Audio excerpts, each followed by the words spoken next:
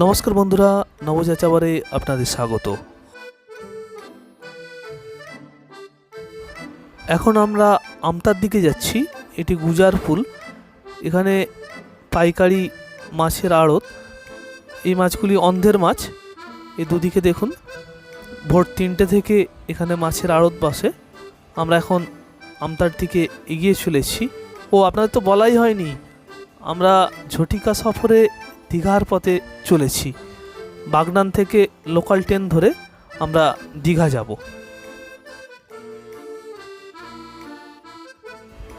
এখন সকাল 6টার মতো বাজে। আমরা আমতা কলাতলায় আছি। এটি কলাতলার মোড়। সোজা রাস্তাটি চলে যাচ্ছে, এটি আমতা বাস স্ট্যান্ডের দিকে। আর বাঁদিকে এখান থেকে বাগনান প্রায় 14 কিলোমিটার। আমরা টোটো করে এগিয়ে যাচ্ছি বাগনানের দিকে। এই বাঁদিকটে পুরো বাগনানের দিকে চলে যাচ্ছে এই রাস্তাটি, আপনারা দেখতে থাকুন। আমরা বাগনান থেকে সকাল 7টা 33-এ লোকাল ট্রেন ধরবো, যেটি সাঁতরাগাছি থেকে ছাড়বে 6টা 45 মিনিটে এবং দীঘা পৌঁছাবে বেলা 11টা 5 মিনিটে। মোট 143 কিলোমিটার রাস্তা আমরা অতিক্রম করব। আমরা এখন আছি দামোদর নদের ওপর খাদিনান ব্রিজে। এই দামোদর নদ 58 গেট হয়ে গঙ্গায় মিলিত হয়েছে।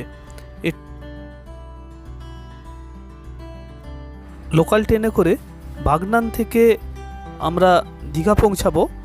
মোট 143 কিলোমিটার পথ আমরা অতিক্রম করব। ভাড়া 35 টাকা। লোকাল ট্রেনে ভাড়া বাগনান থেকে দীঘা 35 টাকা। আমরা বাগনান স্টেশনে পৌঁছে গেছি। সকালে চা খাওয়ার পর্ব চলছে। বাগনান থেকে আমরা ট্রেন ধরব, দীঘার উদ্দেশ্যে রওনা দেব।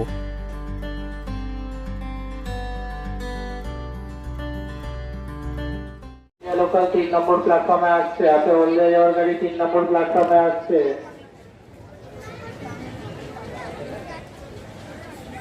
অজিসো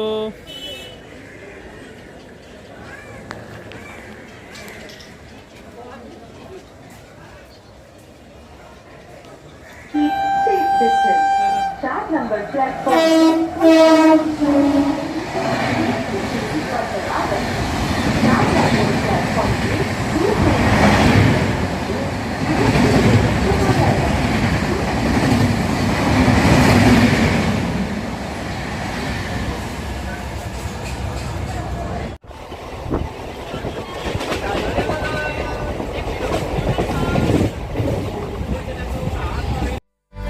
ছটা 45-এর সাঁতরাগাছি দীঘা ভায়া মেছেদা লোকালে আমরা উঠে পড়েছি। আমরা এখন দেউলটি স্টেশনে আছি। অমর কথাশিল্পী শরৎচন্দ্র চট্টোপাধ্যায়ের বাড়ি এই দেউলটি স্টেশন থেকে নেবে ডান দিকে টোটোয় করে 15 মিনিট। ওনার রূপনারায়ণ নদীর তীরে ওনার বাড়ি সামতাবেড়িয়া প্রাণিত্তাস। আপনারা এই স্টেশনে নেবে ডান দিকে চলে যাবেন, ওখান থেকে টোটো ধরে পৌঁছে।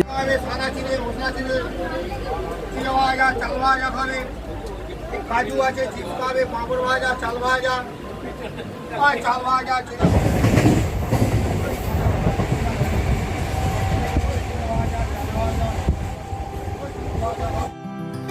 আমরা এখন আছি কোলাঘাটের কাছাকাছি। ডান দিকে আপনারা দেখতে পাচ্ছেন জাতীয় সড়ক, ওই দূরে জাতীয় সড়ক। ওখানেই ছোট বড় অসংখ্য হোটেল, ধাবা, রেস্টুরেন্ট আছে। আর আমরা ট্রেন ধরে যাচ্ছি কোলাঘাট বিচের কাছাকাছি এসে গেছি। দুটো রাস্তা ভাগ হয়ে গেল, আপ ডাউন। আমরা আপের দিকে আছি, সামনেই রূপনারায়ণ নদীর ওপর কোলাঘাট ব্রিজ। আপনারা দেখতে থাকুন আমাদের এই ছোট্ট ইউটিউব চ্যানেল নবযাযাবর। আপনাদের যদি আমাদের চ্যানেল একটুও ভালো লেগে থাকে, অবশ্যই আমাদের চ্যানেলটি প্লিজ সাবস্ক্রাইব করবেন। যারা সাবস্ক্রাইব করেছেন তাদের জানাই অসংখ্য অসংখ্য ধন্যবাদ, নতুনদের জানাই স্বাগত। এটি হাওড়া হলেও এখান থেকেই ফুল চাষ শুরু হয়ে গেছে। মেদিনীপুর লাগোয়া যে ফুল চাষ এখান থেকেই শুরু হয়ে গেছে। আমরা এখন আছি রূপনারায়ণ নদীর ওপর কোলাঘাট ব্রিজে। আপনারা দেখতে পাচ্ছেন নদী অনেক জল কমই আছে। আমাদের গন্তব্য দীঘা লোকাল ট্রেনে করে। আপনারা সম্পূর্ণ ভিডিওটি দেখতে থাকুন। আমাদের এই ক্ষুদ্র প্রচেষ্টা আপনাদের কেমন লাগছে অবশ্যই আমাদের মেসেজ করে জানাবেন।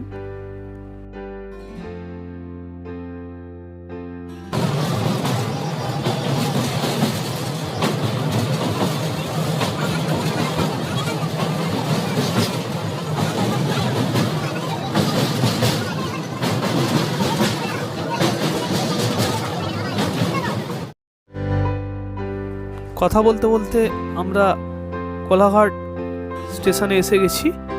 এটি কোলাঘাট স্টেশন। এটি মেদিনীপুর জেলা, পূর্ব মেদিনীপুর জেলা। কোলাঘাটের পরে মেছেদা। আমরা এখন মেছেদা স্টেশন অতিক্রম করছি। পাঁশকুড়া হয়ে দীঘার দিকে আমরা এগিয়ে যাব।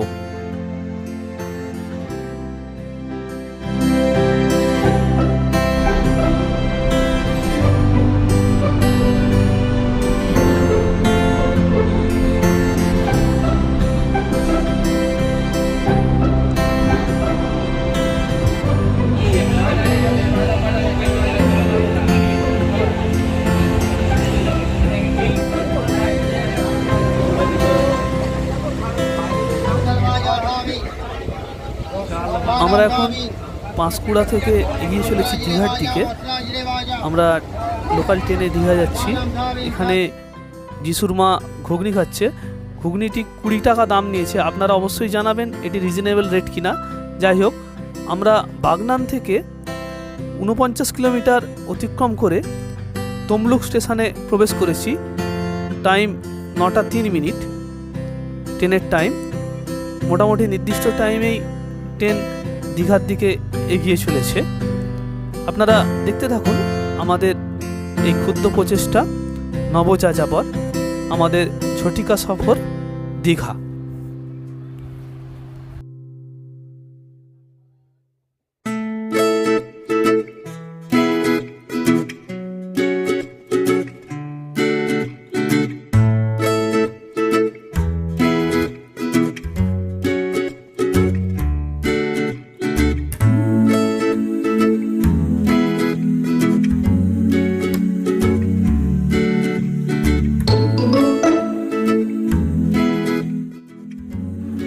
বাগনান থেকে 110 কিলোমিটার অতিক্রম করে ঘড়িতে টাইম সকাল 10টা 9 মিনিটের কাছাকাছি আমরা কাঁথি স্টেশনে প্রবেশ করেছি। এই কাঁথি স্টেশন থেকে আপনারা মন্দারমণি সহজেই পৌঁছে যেতে পারবেন। কাঁথি স্টেশন থেকে বেরিয়ে মেন রোডে যে কোনো 4 চাকা গাড়ি করে আপনারা চলে যাবেন মন্দারমণি।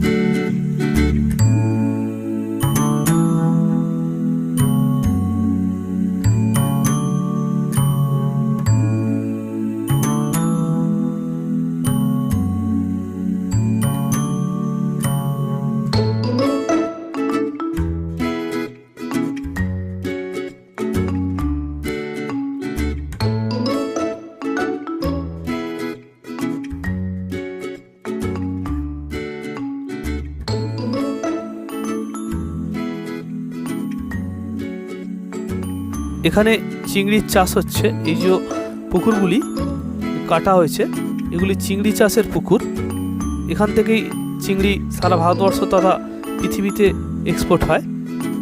মেদিনীপুরের বিখ্যাত চিংড়ির ভেড়ি আপনারা দেখছেন। আপনারা আছেন আমাদের ইউটিউব চ্যানেল নবযাযাবর।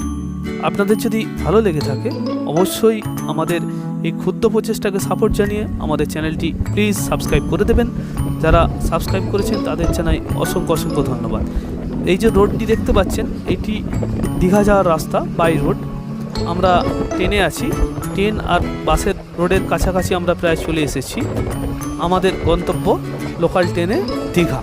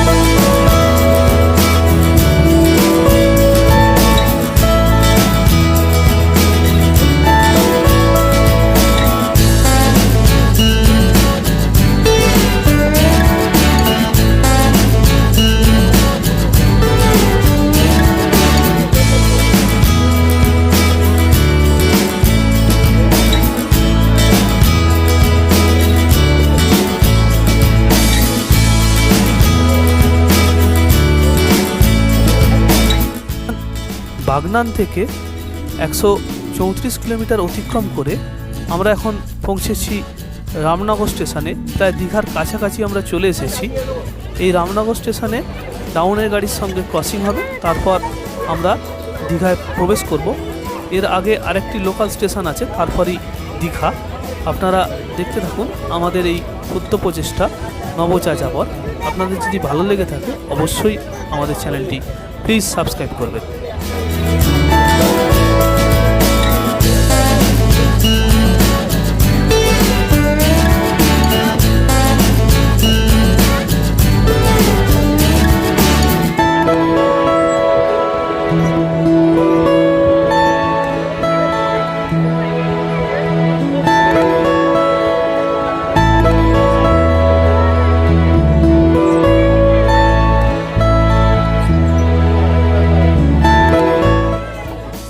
ছটা 45-এর সাঁতরাগাছি দীঘা লোকাল ট্রেনে নির্দিষ্ট টাইমে আমরা 143 কিলোমিটার অতিক্রম করে দীঘা পৌঁছেছি।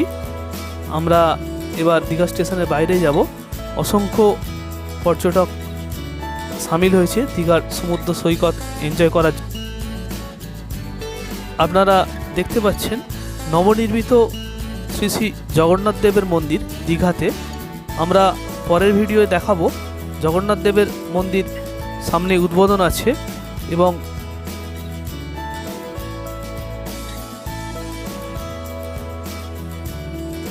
আমরা এখন স্টেশনের বাইরে চলে এসেছি। এটি দেখতে পাচ্ছেন বাঁদিকে, ওটি রেলের একটি ক্যান্টিন হয়েছে। যে কেউ যে ওখানে খাওয়া দাওয়া করতে পারে, রেলের ক্যান্টিন। এটি কোচকে সামনে টোটো দাদারা দাঁড়িয়ে আছে। আমরা ওল্ড দীঘায় পৌঁছাবো টোটো করে।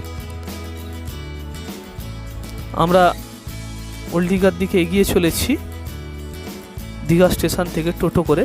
টোটো ভাড়া 100 টাকার মতো নেবে। আপনারা যদি ওল্ড দীঘায় যান দেখতে পাবেন। এই মন্দিরের পাশ দিয়ে আমরা যাচ্ছি এখন। এখানে নো এন্ট্রি আছে। আমরা মন্দিরের পাশ দিয়ে, নবনির্মিত যে দীঘার মন্দির, পাশ দিয়ে যাচ্ছি। সুন্দর প্রশস্ত রাস্তা, খুব চওড়া রাস্তা তৈরি হয়েছে দীঘার রথের জন্য। খুব সুন্দর ঝাঁচকচকে রাস্তা। আমরা ওল্ড দীঘার দিকে এগিয়ে চলেছি। এটি দীঘার হসপিটাল, গভর্নমেন্ট হসপিটাল। কারো চিকিৎসার প্রয়োজন হলে এখানে অবশ্যই আসতে পারেন। আমরা এগিয়ে চলেছি ওল্ড দীঘায়, রাজবাড়ি কমপ্লেক্সে। ওখানে কাছাকাছি আমরা হোটেল নেব, ওখানেই আমরা থাকি। আগের ভিডিও দেখিয়েছি আগের বারে এসে। এখানেই আমরা থাকব। আজকে এই পর্যন্ত। আবার শীঘ্রই পরের ভিডিও নিয়ে হাজির হব। ধন্যবাদ, নমস্কার।